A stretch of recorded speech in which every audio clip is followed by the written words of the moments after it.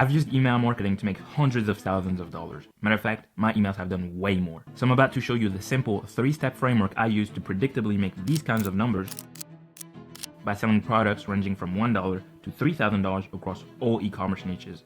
That way you can start using it for your brand and make tens of thousands of dollars in extra profit from emails. And for the record, this is just what I've done in 1 week purely from email marketing for just one of the many stores I work on. First, I just wanted to lay the foundation, right? Because I could start talking about what the highest converting emails are, how you could set them up for yourself, but this is not the highest priority thing right now. What you need is to grow your email list in order to have people to email in the first place. And when I say this, typically I have two reactions. Number one is, okay, Christophe, this is great. How do I grow my list? Just explain to me how. And don't worry, I'll do that in a second. I'll show you the exact process I use to add tens of thousands of email list subscribers to my list right now. And the second type of reaction is the type of person that's like, oh, I need to grow my email list. This might be too hard. Maybe I should delay it for later. In which case, you'd be wrong, right? Because if you did that, you'd be missing out on hundreds of thousands of dollars in extra revenue, if not millions, and an increase in profitability, right? Email marketing has been proven to have an average of 36x ROI. I'll paste the study on the screen basically, but this is just proven. And the reason email marketing is so profitable compared to every single other advertising channel is because you have direct access to your customer, right? The way Facebook and paid ads work in general is you basically pay the platform in exchange for advertising space. So you show up on people's timeline, they see your ads, and if the ad is good enough, then people convert, right? That's how it works. But with email marketing, you can email people whenever you want, as much as you want, and you can do that for essentially close to nothing. Right now, I'm managing email lists where we spend $200 on the email sender and we make 6 figures back. So the first strategy I recommend for you to grow your list is pop-up form, because this is by far what's going to have the biggest impact as far as how many email subscribers you get in the first place. So this is an example of 2 pop-ups. One is a 10% off discount, one is a $15 off discount. You set them up essentially the same ways, and I'm gonna show you how to do that right now, right? Klaviyo is the email sending app I use, and this is also what allows you to grow your list. So you just create an account right here, sign up. I don't have any affiliate link. This is just the platform I use. It's the best one, and this is one I recommend you use. So you just create an account, and then once you create an account, you will be prompted to this page right here. So you can go to the home dashboard, but right here, I'm in the integration panel. So you can just go to this URL, klaviyo.com/integration, or click on here and then go to integration. And this is where you will land. Now you click on add integration, link it with your e-commerce platform. Me, I use Shopify. So click on Shopify and then you manage app. You will be prompted to Shopify, and then you can connect your store and Klaviyo together. Now, once that's done, you just go to sign up form, and then you create a form that is similar to the one you want, right? So me, I'm just gonna create this 10% off. And the way you do that is you just create a form like so. Click on create form, and then you scroll down, you find a template that you enjoy, and then you edit it to fit your brand. So for example, let's say I enjoy this full page 1 right here. I click on it, and then I name it email form, and then I connect it to my newsletter. So the reason I put the newsletter list here is because basically after people submit their email inside of your pop-up, so here they will read get 10% off, they want the discount, then they will input their email and click on unlock 10% off. You will send them their discount via email, and you can also show it on the next step in the pop-up. But essentially, after they submit the pop-up, they will get added to the newsletter list, and this will be your setup right after. So you will create a flow, an automation, and basically as soon as people get added to your newsletter, then you will send this email. Basically, you can just drag another one here to create the flow from scratch. But essentially, this is what it is, right? They get added to the newsletter list, or whichever one you chose, and right after that, they get an email that is similar to this one, right? Here's your $25 off code. You can just do a $10 off code like we talked about, or like a 10%, whichever offer you're running works, and then create the code and put it in the email. So for me, it will be fit10. People will use that at checkout and basically get the discount. Very simple workflow. So this is how you grow an email list. And now that your list is growing, you have to strike while the iron's hot. Because let's look at the average example. The average e-commerce store converts at 2%. So you send ad traffic to your store and only 2 people out of 100 actually end up purchasing. Now, with that list growth system in place, you should really be able to just grow your list tremendously and convert that 98% of the traffic that used to not convert at all before. And if you put that system in place, basically it will allow you to, again, have higher profit margin, not waste as much of your traffic, and get a lot more sales out of your current ad spend. And now you might argue like, okay, yes, 98% of my traffic doesn't convert. Maybe for you it's like 95 or something if you have a 5% conversion rate. You might argue, okay, but I still run retargeting ads. I still produce a lot of content on my social media pages. So let's look at the best ways to retarget site traffic. Number 1 is paid ads. And with paid ads, you can create custom audiences. So taking a look at everyone who came to your website in the last 60 days, you can show an ad to them and get them back to your website for a purchase. And that's why it's superior to one of the other channels on that table. Now, it isn't cheap, and that's why you have to spend quite a bit to get it working. Now, let's move on to organic post. Here, you cannot precisely target anyone at all, and that's why it's just the worst out of all channels. You'll see why. It literally has no benefits when it comes to retargeting. Yes, it's cheap, but you can't target people, and you cannot just show them product recommendation or anything based on which item they visited on your page. And so that's why it's just the worst way to retarget site traffic. Now, let's move on to email marketing, the last one.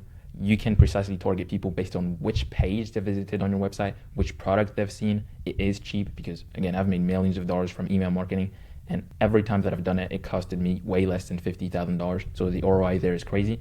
And yeah, it just converts really well. So email marketing is the clear winner here. And all of these advantages combined lead to insane profit if you set up your emails correctly. And if you're new to email marketing, you might be like, okay, what store in my niche is just having success with that kind of strategy? I don't see it working. I don't see email marketing as a proper way to convert my traffic into actual purchases.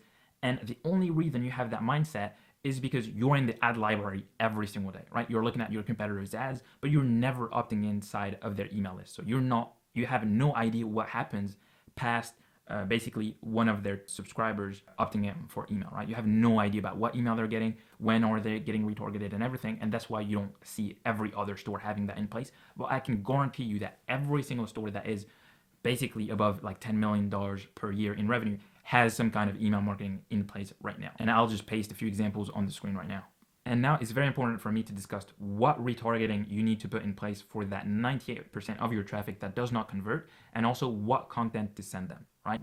So they can leave at the homepage, so getting to your homepage and then leaving right after. They could get to your product page and do the same, right? Leave. They can add an item to cart and then leave, and then go to checkout and then leave. These are like many different levels throughout the funnel, and you need different retargetings for every single one of these steps. Okay, so now we're in Klaviyo. It's my demo account, and I'm going to show you how you can create one of these retargeting from scratch for your own e-commerce brand. So we're just going to go to Klaviyo. Again, this is the homepage, and from there you're just going to go to flows. So click on flows, create a flow, and we're going to create a browse abandonment. So instead of clicking right here, I'm just going to create one from scratch so you understand the logic and can apply it to your brand. So I'm going to build my own flow and then go to browse abandonment. So this is what I'm going to call it, abandonment. I'm just going to call it browse AB for simplicity, and then just create the flow. So the trigger that we're going to need is basically when people go to your product page and then leave, we want to send them that specific retargeting. So I'm going to go to your metric right here, click on API, and then click on viewed product, because this is a trigger we want, right? As soon as they get to the product page and then leave, you want to send them that flow. And then also we need to limit the flow to only certain profiles, because you don't want people who converted to receive that retargeting. And you also don't want people who added items to cart or people who went to the checkout page and then left to receive that retargeting. For people who added item to cart, you want to send them an abandoned cart flow if they leave the page without converting. And if they go to the checkout page and then leave it there, you also want to send them a different retargeting, which is an abandoned checkout. But for now, let's just talk about this flow in particular. And we only want people who did not convert, for example, to get the email. So place order 0 time since starting the flow. And also we want people who didn't add item to cart. So let's add it right now. What someone has done, added to cart 0 times since starting the flow. So it's kind of the same logic here, 0 time since starting the flow, and went to checkout 0 times. So checkout started 0 times since starting the flow. And the very last thing we want is also, because of the setup right here, like you need to understand how it works, right? Every single time that people go to a product page, Klaviyo is going to check whether he placed an order, whether he added item to cart, and whether he started checkout or not. So I'm just going to save it really quickly. We also need to add another trigger, but I just want to explain the logic right quick, right? Let's say we wait 30 minutes to send the retargeting, right? That should give them plenty of time to just go to the product, to go to the checkout page, convert. But let's say that within 30 minutes, they haven't converted. We want to send them an email just to retarget them, get them back on site, get them to add item to cart, and ultimately convert. But the way this is set up right here, Klaviyo is going to basically send the email retargeting every single time that people loaded a product page. So for example, let's say someone visited product page A, product page B, and product page C, then he's going to enter the flow 3 times. Then as a result of that, that person is going to receive this email multiple times. And now, as you can see, Klaviyo says add a profile filter to prevent profile from re-entering the flow. And this is very important. So the way we're going to do it is like we added a condition and we add has not been in this flow in the last 30 days. Yeah, 30 days is a great time delay, because that way Klaviyo is going to check, okay, that guy visited product page A, then he's going to enter the flow. And if he goes on to visit another product page, Klaviyo is going to be like, okay, this guy has already been in the flow like 10 minutes ago. Let's not add him again. Okay. And then if he converts, Klaviyo is not going to send him that flow altogether. But if he doesn't convert, doesn't add item to cart, and doesn't start checkout, then he's going to receive that email and the other one that you just set up after, right? So this is how you set up an email retargeting. Now, by the time you complete step 1 and step 2, your email list should be growing and people who leave your site should be getting retargeted. But your retargeting will not have a 100% conversion rate, and some people will have more objection, and that's why you need to send them email broadcast continuously to handle these objections that they might have to get them to convert. Now, when I say we're going to send emails to people multiple times per week, this depends on the individual email subscribers. Because we're not in 2009 anymore, we're able to see whether people open, click, or interact with our emails. So the thing I'm going to cover is actually going to be basic social skills, but I'm going to cover it anyway because people don't know that email sending platforms have evolved and that they're able to do that. So if people open on your email, click on them, and buy from them frequently, then you should ramp up your email volume to them in particular. But if they don't open, if they don't click, or they don't purchase, then obviously diminish the campaign volume. So you can look at each and every single one of your email subscribers on a case-per-case basis and ramp up email volume to him compared to another email subscriber that is not as engaged. You can actually do that inside of email sending platform, and I'm going to show you how to do that just now. So we're going to create an audience of people who have recently engaged with our brand. These people are likely to engage again. So let's go to list and segments right here to create the custom audience, then create a new, click on segment, and then after that, you can call that segment whatever you want to call it. I'm just going to go for 30-day engaged. 30-day engaged. And in that audience, we're going to add everyone who opened or emailed recently, clicked on the email recently, was active on the website recently, or who placed an order. So let's do it right now. What someone has done, opened an email right here at least once in the last 30 days. Same thing for someone who has clicked. So someone who has clicked in the last 30 days. At least once in the last 30 days. Go on again, active on site in the last 30 days. This one's okay already. And then let's also target people who have placed an order in the last months because they tend to open the email quite a lot. So placed an order at least once in the last 30 days. Good.